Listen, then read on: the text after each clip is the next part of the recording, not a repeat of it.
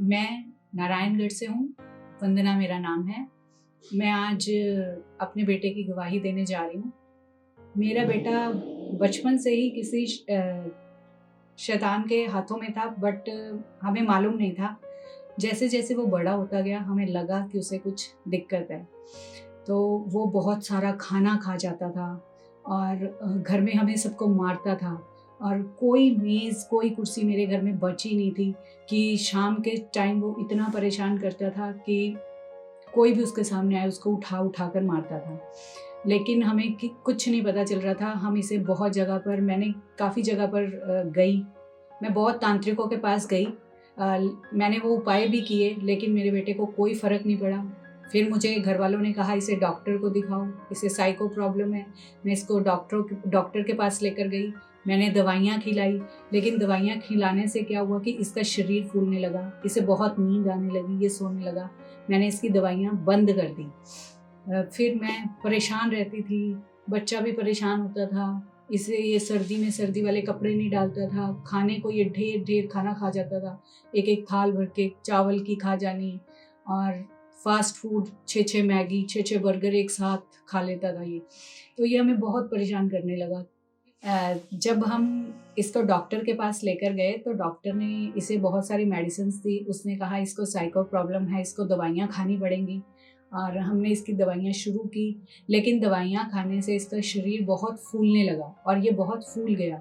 हमने कम से कम इसके इलाज पर 1.5-2 लाख रुपया लगाया, लेकिन इसको कोई बिल्कुल भी फ़र्क नहीं आया। मैं इतनी निराश हो चुकी थी कि बस मुझे ऐसे लगता था कि सब खत्म हो गया है। मेरे बेटे की तरफ से मेरी सारी आस टूट चुकी थी कि इसका क्या होगा। कोई इससे बात करके नहीं खुश होता था। ये भी सारा दिन गुस्से में रहता था, इसकी आंखें चढ़ी रहती थी, हर टाइम लाल रहती थी। और ये बच्चा बहुत परेशान रहता था, खुद में भी परेशान रहता था। इसे गर्मी लगती थी, ये दीवारों को छूता था ठंडक पाने के लिए, दीवारों को लग लग के रहता था, और कभी कपड़े नहीं पहनता था। हमें लगता था इसे ठंड लग जाएगी, लेकिन वो उसे गर्मी अंदर से महसूस होती थी। बुरी आत्मा इसे तंग करती थी। तो शैतान ने इसे बहुत परेशान कर रखा था, जिससे मैं पूरी तरह से टूट चुकी थी, क्योंकि मेरे पास एक ही बेटा है, इसलिए मैं पूरी तरह से टूट चुकी थी। एक-एक पल मैं ऐसे निकालती थी कि ये पल निकल जाए, ये पल निकल जाए, ये पल निकल जाए, कि मेरे घर कुछ ना हो। पर कोई एक दिन भी ऐसा नहीं जाता था जिस दिन मेरे घर में कलह-कलेश ना होता हो, लड़ाई-झगड़ा ना होता हो, ये बच्चा हमें परेशान ना करता हो, ये हमें ना मारता हो। हर दिन हमें ये मारता था। हमारे घर में हर टाइम बहुत क्लेश होते थे इसी को लेकर। कोई कभी इसके बारे में कुछ बोलता था, कभी कोई इसके बारे में कुछ बोलता था, ये ऐसा बच्चा है, ये ऐसा बच्चा है। तो मेरी घर में इतना लड़ाई झगड़ा होता था। 6-7 साल कम से कम हम इस झगड़े से जूझते रहे, लड़ते रहे, और मेरे लिए ना तो डॉक्टरों के घर से कोई मुझे रिस्पॉन्स आया अच्छा, और ना मेरे को तांत्रिकों के पास जाने के बाद, इतने उपाय करने के बाद कोई हमें रिजल्ट आया। मैं निराश हो चुकी थी अपने जीवन में पूरी तरह से अपने बेटे के लिए। पहले वो बहुत इंटेलिजेंट हुआ करता था, लेकिन धीरे-धीरे जैसे शैतान का उसके ऊपर जगड़ाव ज़्यादा होता गया, वो पढ़ाई में भी नीचा चला गया, पढ़ाई में भी बिल्कुल निल हो गया वो बच्चा। मैं ये सोचती थी, मैं भी जब बच्चे को ऐसे देखती थी अकेले बैठा हुआ, उसे चुपचाप रहना, उसे किसी के साथ ना बोलना, ना आना, ना जाना, तो मैं सोचती थी पता नहीं हम इस प्रॉब्लम से कभी बाहर निकलेंगे, क्या हमारे लिए कोई है जो हमारे बच्चे को ठीक करेगा? लेकिन मुझे कोई रास्ता दिखाई नहीं देता था, और मैं हमेशा यही सोचती रहती थी कि ये कब ठीक होगा? लोग मुझे ताने देते थे कि ये बच्चा ऐसा है, ये वैसा है। और मैं बहुत दुखी होती थी इस चीज़ को लेकर। मैं अकेली बैठकर रोती थी इस बात को लेकर, लेकिन मुझे कोई आस कहीं दिखाई नहीं देती थी। लेकिन फिर मुझे किसी ने केएमएम चर्च के बारे में बताया कि जीरकपुर में, सनोली में कोई एक चर्च है, वहाँ पर जाओ आप, आपके बच्चे के बंधन टूटेंगे, वहाँ पर बहुत सारे चमत्कार होते हैं, आप जाकर देखो। फिर मैंने उसको फेसबुक पर भी सर्च किया। जब मैं परेशान थी, तो जब मुझे किसी ने बताया, तो मैं फेसबुक पर जब देख रही थी, तो एकदम अचानक मेरे सामने केएमएम चर्च की एक वीडियो आई, जिसमें लोग भाग रहे हैं, लोग परेशान हैं, वो आज़ाद हो रहे हैं वो वहाँ पर। तो उससे मुझे एकदम अपने बेटे का ख़्याल आया कि शायद मैं जाऊँ और मेरा बेटा ठीक होगा। मेरे अंदर विश्वास आया कि मेरा बच्चा यहाँ से ठीक हो जाएगा, मैं इसे लेकर वहाँ जाऊँगी। फिर मैं अपने बेटे को लेकर केएमएम चर्च आई, और मैं निरंतर बनी रही संगति में, और मेरा बेटा भी मेरे साथ जाने लगा। धीरे धीरे जैसे जैसे मैं प्रार्थना करती थी, पास्टर मम्मा प्रार्थना करते थे कि दुष्ट आत्माएं छोड़कर जा रही हैं, मैं उसको रिसीव करती थी अपने बेटे के लिए। हर अंधकार की शक्तियां, हर दुष्ट आत्माएं आपकी बॉडी से बाहर आए, आपकी बॉडी से बाहर आए। तो जैसे ही मैं चर्च से प्रार्थना अटेंड करके अपने घर वापस आई और मैंने अपने बेटे में चेंजेस देखे, वो थोड़ा प्रेम से बैठने लगा, हमसे बात करने लगा, तो मुझे महसूस हुआ कि हाँ, मेरा बच्चा यहाँ से ठीक हो रहा है, मेरे बच्चे में बदलाव आ रहे हैं और हमारे बीच प्यार बढ़ने लगा। जैसे जैसे हम संगति में बढ़ने लगे, हम रेगुलर जाने लगे, तो बेटे ने खाने के जो वो इतने 6-7 बर्गर और 6-7 मैगी और थाल भर के खाना खा जाता था, वो भी उसने धीरे धीरे नॉर्मल डाइट लेनी शुरू की।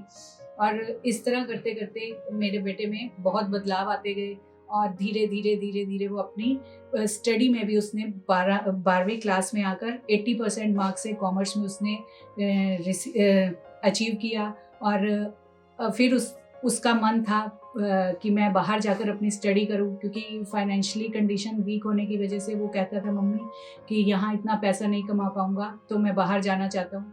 जैसे वो कभी भी घर से बाहर निकला ही नहीं था, अपने घर में ही रहता था, और प्रभु ने उसके हृदय में डाला, डर को ख़त्म किया शैतान के, और उसके पास वो फिर उसने सोचा कि मैं बाहर जाऊँगा। तो हमारे पास बीज बोने के लिए पैसे नहीं थे, तो मेरे बेटे के हाथ में एक चांदी का ब्रेसलेट था, उसने बड़े विश्वास के साथ उसी ब्रेसलेट को वहाँ पर बो दिया।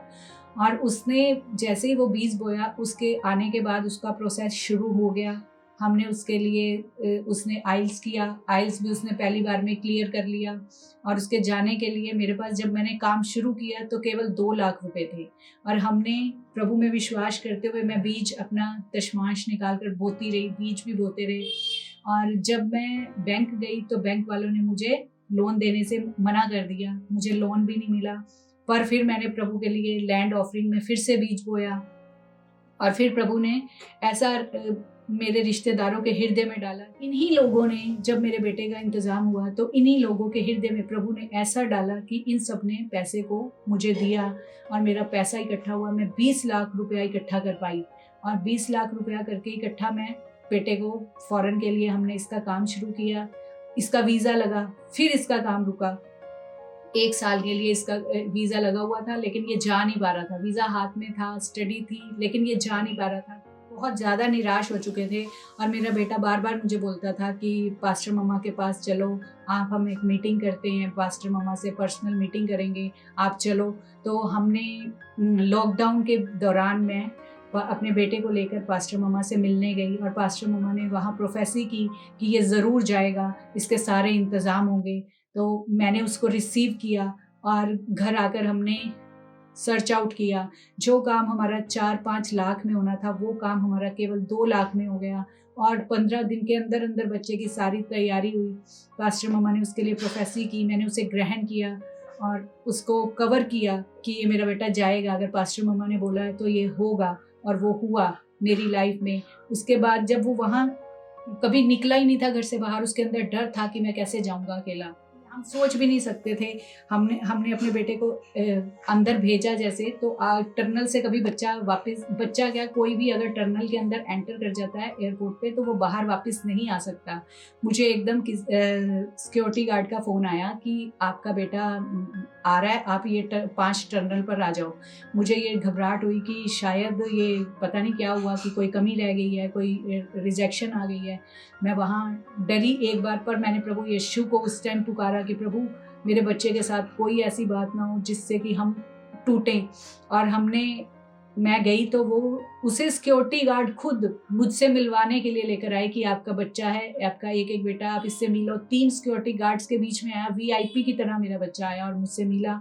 उसे एरोप्लेन में भी फर्स्ट सीट पर, वीआईपी सीट पर उसको जगह दी गई। जैसे ही क्वारंटाइन से निकला तो पहले दिन से ही मेरा बेटे को लेने घर पर लोग आए हैं, कार में लेकर जा रहे हैं, कार में लेकर आ रहे हैं। मेरा बच्चा काम भी करना शुरू हो चुका है। प्रभु ने इतनी कृपा की है। अभी उसने जैसे काम शुरू किया, 3-4 दिन वो काम पर गया और फिर उसको काम नहीं मिला, वो उदास होने लगा। मैंने उसे समझाया, बेटे हमारा प्रभु पर विश्वास है, आप प्रभु पे छोड़ो, मैंने उसे कहा कि डरना नहीं है, शैतान हमें डराने की कोशिश कर रहा है। तो मैंने बैठे बैठे चर्च में ही ये प्रार्थना की कि प्रभु जो शैतान हमें डराने की कोशिश करता है उस जड़ को निकालो। और घर आते ही मुझे जब उसका रात को कॉल आया तो उसने कहा मम्मा मुझे दोबारा से काम मिल गया। प्रभु मेरे आगे आगे ऐसे बढ़ रहा है कि मेरी उंगली पकड़ के मुझे चला रहा है। मैं अपने बेटे के साथ बहुत आनंदित हूँ, मेरा परिवार आनंदित है। मैं सुबह शाम बैठकर प्रार्थना करती हूँ, बाइबल पढ़ती हूँ और प्रभु का धन्यवाद करती हूँ। मेरा बेटा वहाँ पर कनाडा में भी बाइबल भी पढ़ता है, फास्टिंग भी करता है। वो नियमित रूप से फास्टिंग प्रेयर्स को भी देखता है और उसके जीवन में प्रभु पूरा काम कर रहे हैं। मैं इन सारी गवाहियों के लिए पास्टर मम्मा का और प्रभु यीशु मसीह का धन्यवाद करती हूँ तहे दिल से। सबको जय मसीह।